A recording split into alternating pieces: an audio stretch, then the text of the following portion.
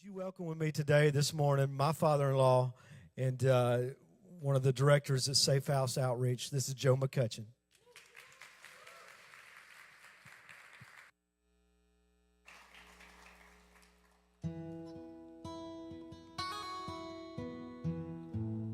Looking through these tears,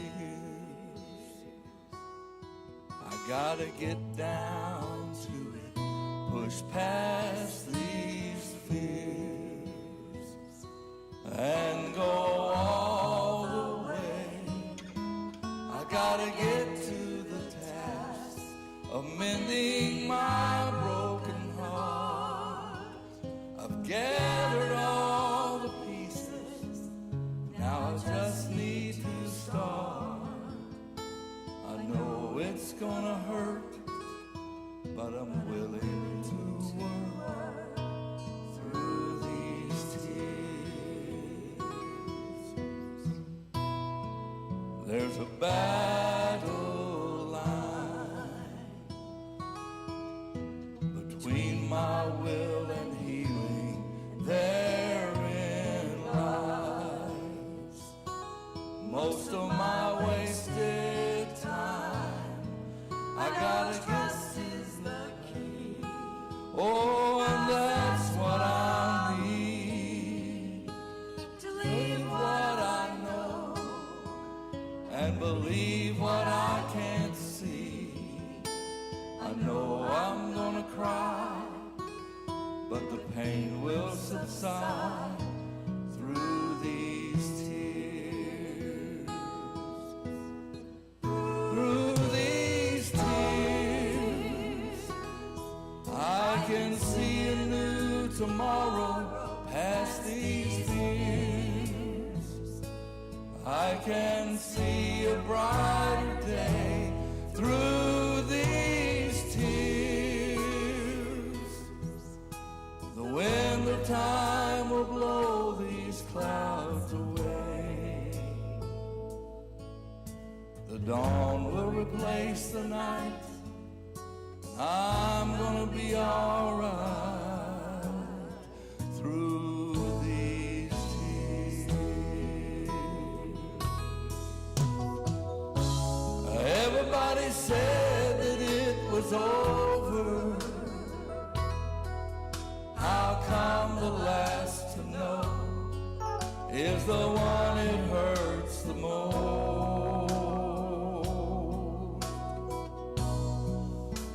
Through these tears, I can see a new tomorrow past these fears. I can see a brighter day through these tears. The wind of time will blow these clouds away. The dawn will replace the night. I'm gonna be alright through these tears.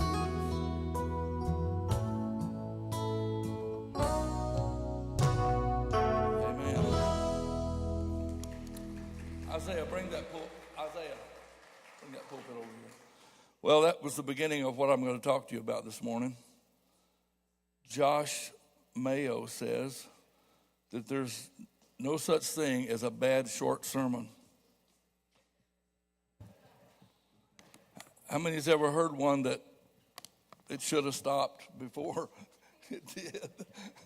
I think I've preached a few of those where I got to the right place to stop and I just kept going. I'm pretty sure there's some of you here.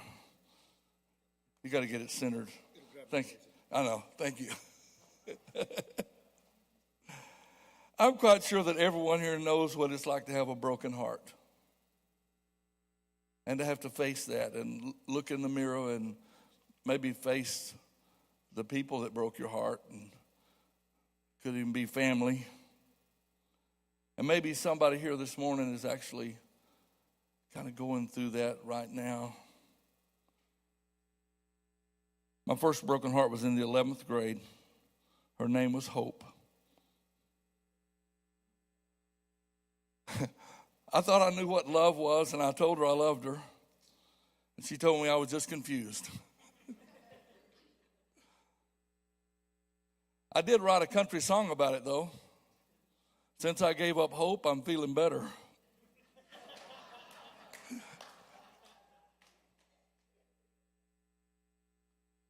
True story. I'm not just preaching, that was the truth. In life, everybody gets broken.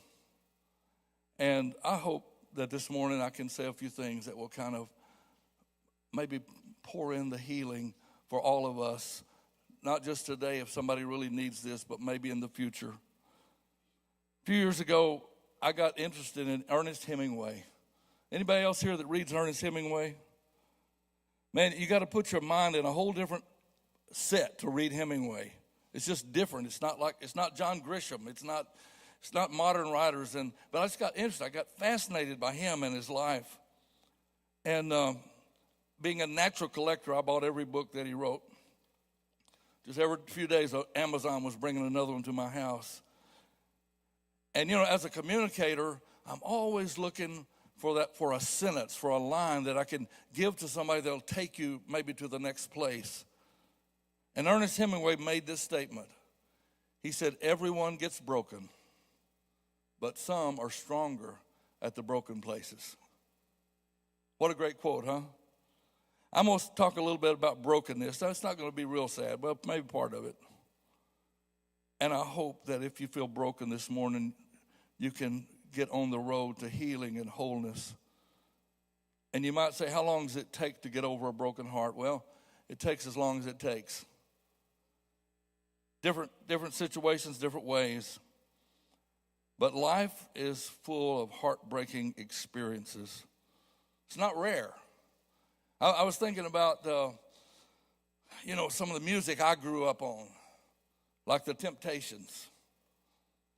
One of their songs says this, what becomes of the brokenhearted?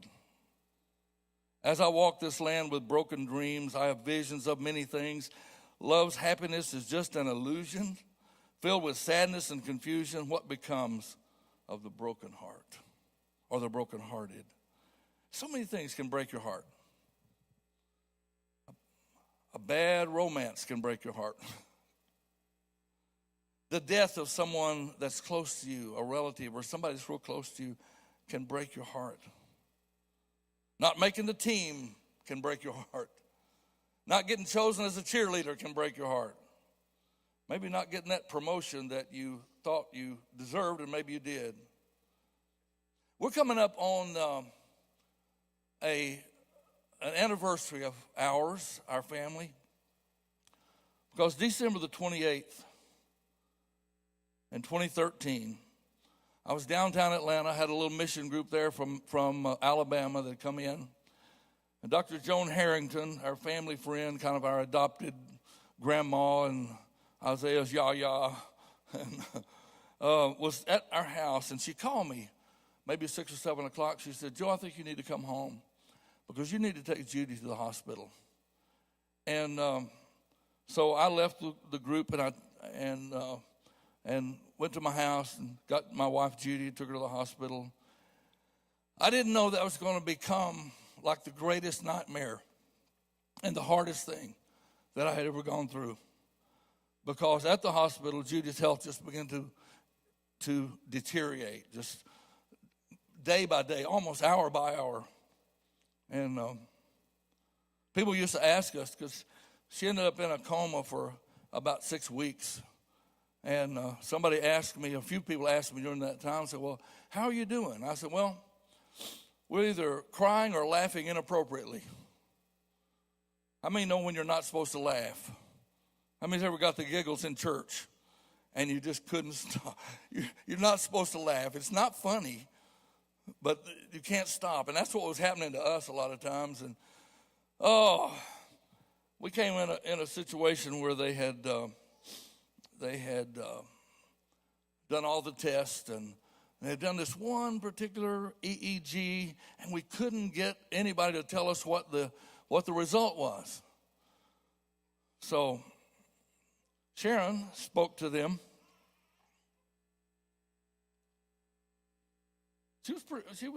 She didn't cuss, but when she finished, they knew that she was serious about what she was talking about. And so here, 20 minutes later, I remember the nurse said, well, the doctor's already gone home. And Sharon said, you tell that doctor to get back down here now. About 20 minutes later, doctor showed up, and she was not very happy to be there. I have an idea she might have been on the way home, and she got this call. We got this crazy white girl down here. You have got to come back because we just can't deal with her. She's talking about attorneys and lawsuits and anger, and you got to get here. So she came in. She wasn't very happy. She said, let me run a few tests. And she walked over to Judy. She kind of pinched her on the chest, and there was no reaction at all. And then she lifted up one hand, and she goes, Miss McCutchen, show me 2 fingers. To which, I know this may surprise some of you, to which my daughter replied, she'll show you 1 finger. She wasn't specific about which one. And the doctor got tickled and started laughing and just immediately became my friend. So we laughed and we cried. And to say that I don't know about a broken heart is an understatement. And it made me realize, too, my parents had gone on a few years before, but they were elderly, and, you kind of expect that to happen. And Judy and I got married when we were 18 years old. And we were married almost 47 years. So I wasn't ready. We were supposed to get old together. I had a spot picked out down in Florida. I said, little place we used to park our motorhome by a lake. And I said, look, when I die, take my ashes down there. And I wasn't thinking about taking her ashes down there, but that's the way it worked out. From the cradle to the grave, pain, despair. I read this week, somebody said, pain and despair come to us like waves of the ocean sometime. Have you felt that? And if you're between a wave right now, I'm thankful. However, there may be another wave on the way because no one is immune from the pain of a broken heart. The psalmist said this, the length of our days is 70 years or 80, if we have the strength, yet their span is but trouble and sorrow, for they quickly pass and we fly away. I heard about a newspaper in Nashville that wanted to do some articles on people suffering from a broken heart, and so they contacted pastors around Nashville to send us your thoughts on people that deal with a broken heart, and if you have any examples, and submit the names of the people if you will. And so one pastor sent the telephone book. Perceptive. A broken heart can make you sick. Hope deferred. Proverbs 13:12. Hope deferred makes the heart sick, but a longing fulfilled is the shade of life. Maybe you're single here today and you had hoped by now you would be married. Or maybe you've divorced and you had hoped that you could stay married. Maybe you're like me, you're a grieving spouse who thinks, man, I'd hope we was going to grow really old together. We had plans, but you're not the only one who has said, I had hoped. You know what? Hopelessness is when you're afraid that things are just not going to work out. I just don't see no hope. And if your heart has been broken this morning, and there's pain, and you just want to go, what's the use? Here's good news. Jesus is willing and able to heal your broken heart. He is willing to bring peace to your troubled situation. How many of you, I don't know if you know this or not, but whiskey will not heal a broken heart. Don't ask me how I know. But it won't heal it. But listen to the psalmist. If you're suffering today, if you feel broken, this is what David said. He said, the Lord is near those who have a broken heart and saves such as have a contrite spirit. The Lord is near. If you're hurting today, you might feel, I don't have any hope, nothing's going right. You know what the scripture says? God's near you at that point. In that moment when you feel all alone.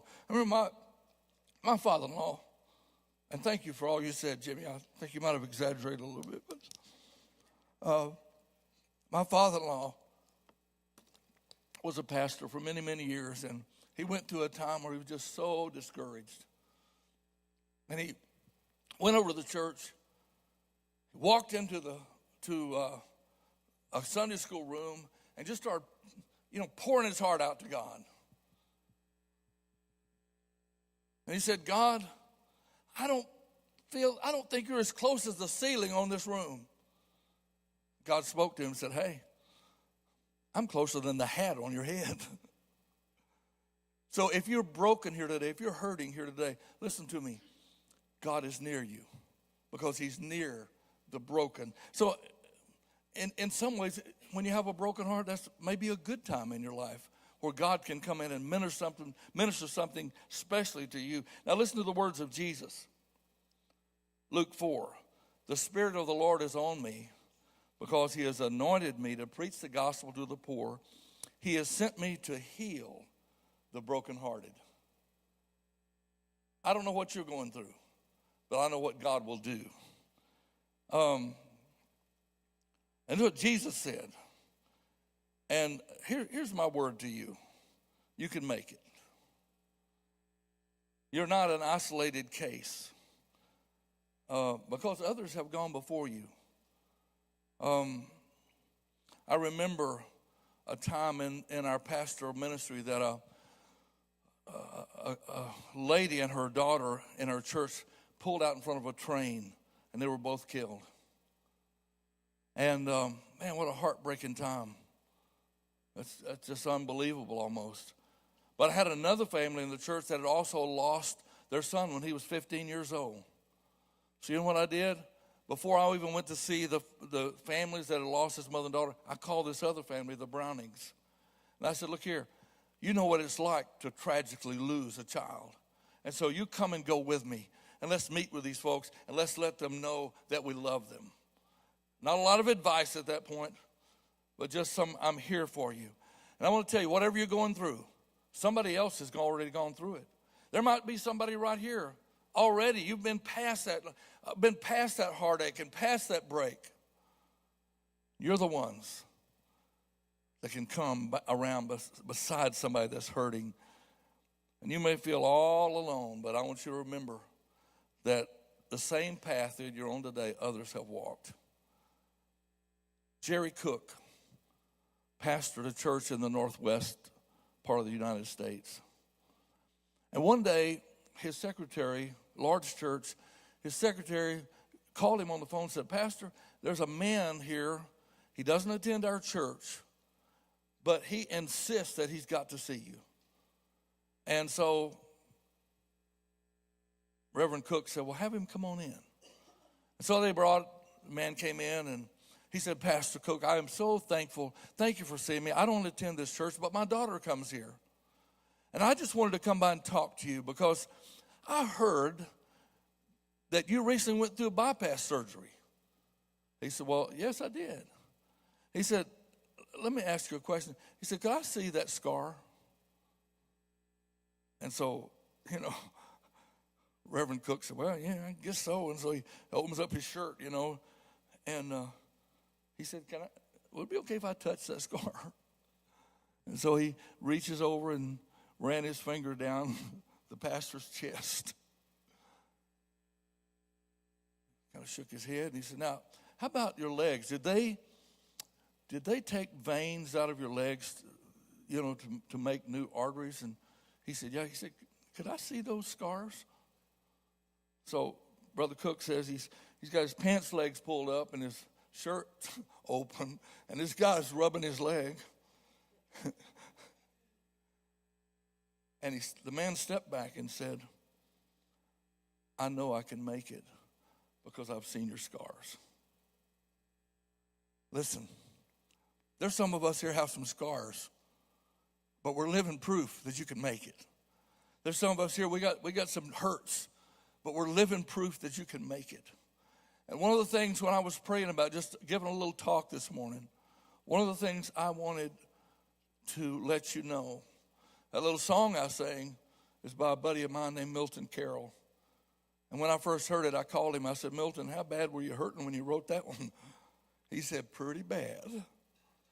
And what I wanted to do and what was in my heart to do is just pray for you. And we're not going to go total Pentecostal here this morning. Maybe just a little bit. But this is what I'm going to ask you to do. And this is what the instruction that I feel that I got from the Lord on this. If you'll just bow your heads for a moment.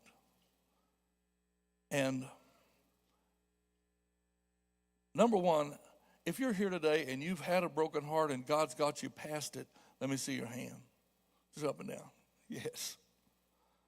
Now, if you're here this morning and you're broken today and your heart is breaking right now, let me see your hand. Amen. Amen. God, thank you for those of us that have walked through this. Wow. Deep waters, hard things. And you brought us through it. And we really thank you for that. Every hand that went up said, I know what it's like to have a broken heart. And I know what it's like to get well. But God, now I pray for those several folks that just lifted up a hand and said, I'm hurting today.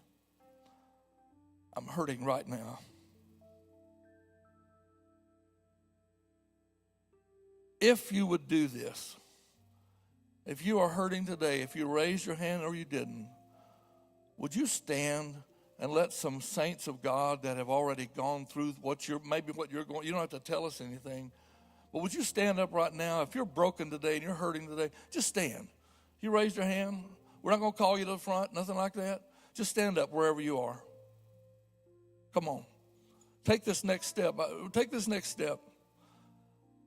Now I want some saints that have already gone through this. Just walk over to these folks and just lay a hand on their shoulder. Come on. Just lay a hand on somebody that's already walked through some hard things. Yeah. Yeah, in the back. Wow. God is near you. If you're broken today, God is near you. And Jesus said, I came to heal the brokenhearted. God, I pray for men and women that have taken that step this morning to stand up and say, God, I'm hurting today. And I pray that right now, the healing will begin of every man and woman. God, pour in the oil of healing, deliverance, whatever the need is. God, help us see a light at the end of the tunnel. And I just praise you right now. Just praise you.